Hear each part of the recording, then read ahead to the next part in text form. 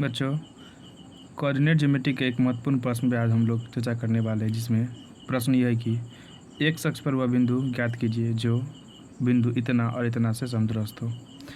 समदूरस्थ का मतलब जैसे क्या है कि जैसे ये पॉइंट ए और बी, कोई दो पॉइंट, इस पे एक बिंदु ऐसा सी कोई लेना है, जिस सी कोई बिंदु एक ऐसा लेना है जिससे ए से सी के बीच की दूरी और सी से बी के बीच की दूरी दोनों बराबर हो।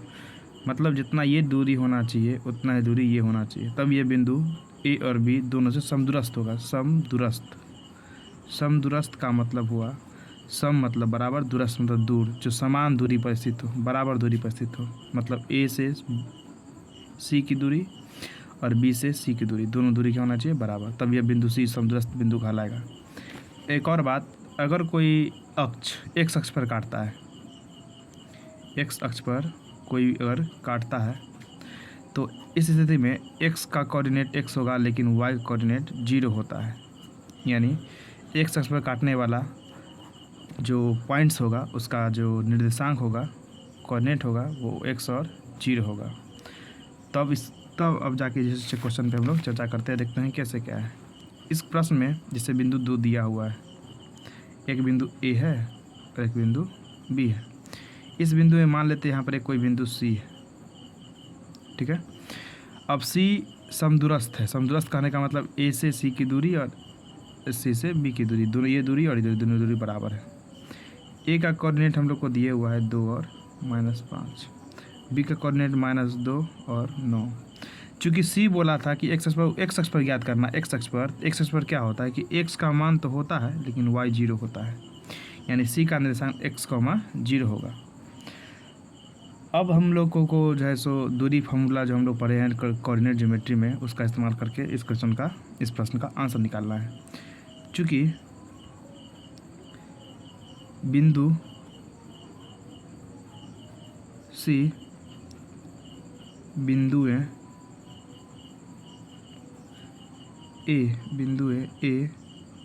एवं बी से समदूरस्थ है, मतलब समान दूरी पर है,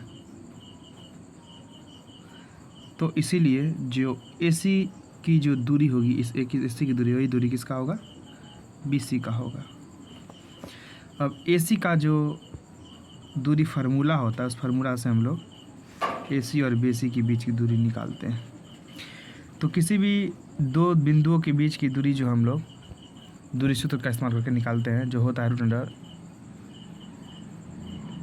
√x2 - x1 का स्क्वायर प्लस y2 - y1 का स्क्वायर। इसी प्रकार इस तरफ भी x2 - x1 का स्क्वायर प्लस y2 - y1 का स्क्वायर, ये फार्मूला होता है दूरी सूत्र से। हम यहाँ लिख लेंगे, यहाँ जो ए और सी के लिए x1 x2, x1 इसके लिए 2 हो जाएगा और x2 x हो जाएगा, एवं y हो जाएगा, y1 बोल सकते हैं, y1 -5 हो जाएगा और y2 0 हो जाएगा। ये जो हम लोग कोऑर्डिनेट लिखे हैं ए और सी के लिए लिखे हैं।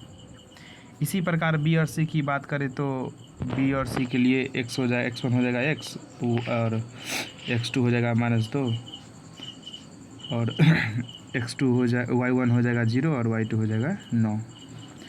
आप चाहे तो लिख भी सकते हैं इस चीज़ को, हम लोगों ने AC के लिए लिखा है, यहाँ पर लिख ही देते हैं। BC के लिए यहाँ लिख देते हैं, AC दूरी के लिए, AC दूरी के लिए, हाँ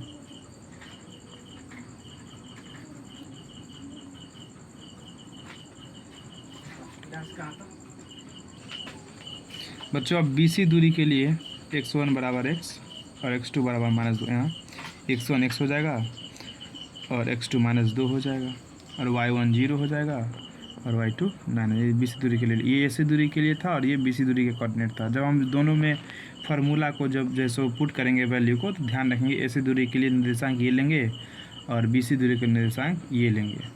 तो देखते हैं किस प्रकार इसको सॉल्व कर सकते हैं। ये चुकी था, यहाँ लिख देना अच्छा रहेगा, दूरी सूत्र से, दूरी सूत्र से। बच्चों अब क्या करना है इसमें, रूट अंडर x2 का मान ये रहा x माइनस x1 का मान 2 प्लस y2 का मान ये रहा 0 माइनस y1 का मान -5 रहा। 2 माइनस एक साथ आ गया, ऐसा करते हैं हम लोग ब्रैकेट लगा देते हैं। ये ब्रैकेट जब इस्तेमाल कर लिए यहाँ मिडिल ब्रैकेट हो जाएगा, ये मिडिल ब्रैकेट हो जाएगा और ये इसका स्क्वायर। ठीक इसी प्रकार बराबर x2 माइनस x1 x2, और चूँकि BC दूरी ले रहे हैं तो ये इसका वैल्यू यहाँ रहा। तो x2 कितना है, x2 है -2 और x1 का है -6 का ये स्क्वायर प्लस y2 रहा 9 माइनस y1 बोला, y1 है 0 का स्क्वायर।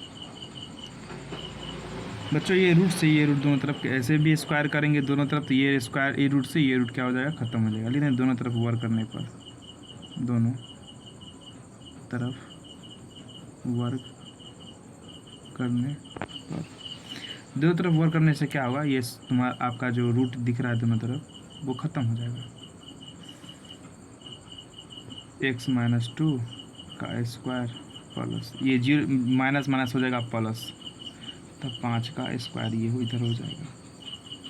अच्छा स्क्वायर दोनों तरफ कर रहे हैं तो इसलिए घेर के ऊपर में स्क्वायर लगा देंगे। ये -2 है और -6 का स्क्वायर, और 9 में से 0 घटेगा तो 9 का स्क्वायर। अब स्क्वायर से रूट ख़त्म हो जाएगा तो ये क्या बचेगा, ये बचेगा x - 2 का होल स्क्वायर प्लस 5 का स्क्वायर 25 होता है। इसी प्रकार इधर से स्क्वायर से रूट खत्म हो जाएगा तो -2 - x का होल स्क्वायर और 9 का स्क्वायर 81 होता है। a माइनस b, अब यहाँ पर बच्चे अक्सर गलती करते क्या है कि ये स्क्वायर इस पर भी लगा देते हैं, ये स्क्वायर इस पर लगा लिख देते हैं। ऐसा नहीं है बिल्कुल, ये a - b का होल स्क्वायर है, इसको लिखेंगे x स्क्वायर प्लस 2 का स्क्वायर -2ab, 2 की जगह 2, x की जगह x और b की जगह 2 प्लस 25।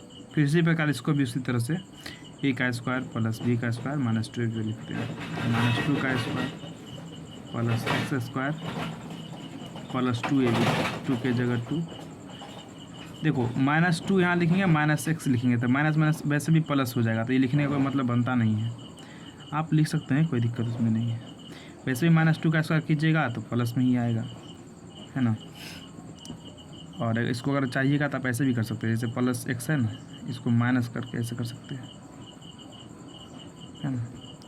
तो देखिए एक्चुअली में क्या है कि ये a प्लस b के होल स्क्वायर की फॉर्म का ही है ना। a square plus b square और ये प्लस का स्क्वायर है तो प्लस 2ab 2। तो यहाँ पर माइनस अगर रखना चाहते हैं, अगर यहाँ पर माइनस रखना चाहते हैं तो माइनस में से प्लस ही हो जाएगा। अब ये हो गया x स्क्वायर प्लस 2 का स्क्वायर हो जाएगा 4 माइनस 2 दूना 4x प्लस 25। बच्चों ये -2 का स्क्वायर 4 होता है, आपको पता है कि माइनस स्क्वायर प्लस में होता है। ये x स्क्वायर होगा और ये प्लस, देखिए माइनस माइनस प्लस हो जाएगा, 2 दूना 4x हो जाएगा प्लस 81। बच्चों ये देखिए x स्क्वायर से ये x स्क्वायर ख़त्म हो जाएगा। अब ऐसा गलती मत कीजिएगा कि -4x को +4x से काट दें, नहीं, बराबर के दोनों तरफ तभी कटेगा जब दोनों का सिंबल सेम है। यहाँ भी प्लस में, यहाँ भी प्लस में था, x स्क्वायर इसलिए कट गया वो। अब क्या करना है हम लोग को, देखिए -4 और 25 29 हो जाएगा, और माइनस देखिए -4x प्लस 25 4 29 हो गया। अब इधर देखिए 81 4 85 हो जाएगा, अब प्लस 4x हो जाएगा। x वाला को एक तरफ कर देते हैं, -4x, इसको इधर ले आते हैं, -4x हो जाएगा। इधर पहले से 85 था, प्लस 29 को इधर ले आएंगे तो -29 हो जाएगा। ये -8x हो जाएगा।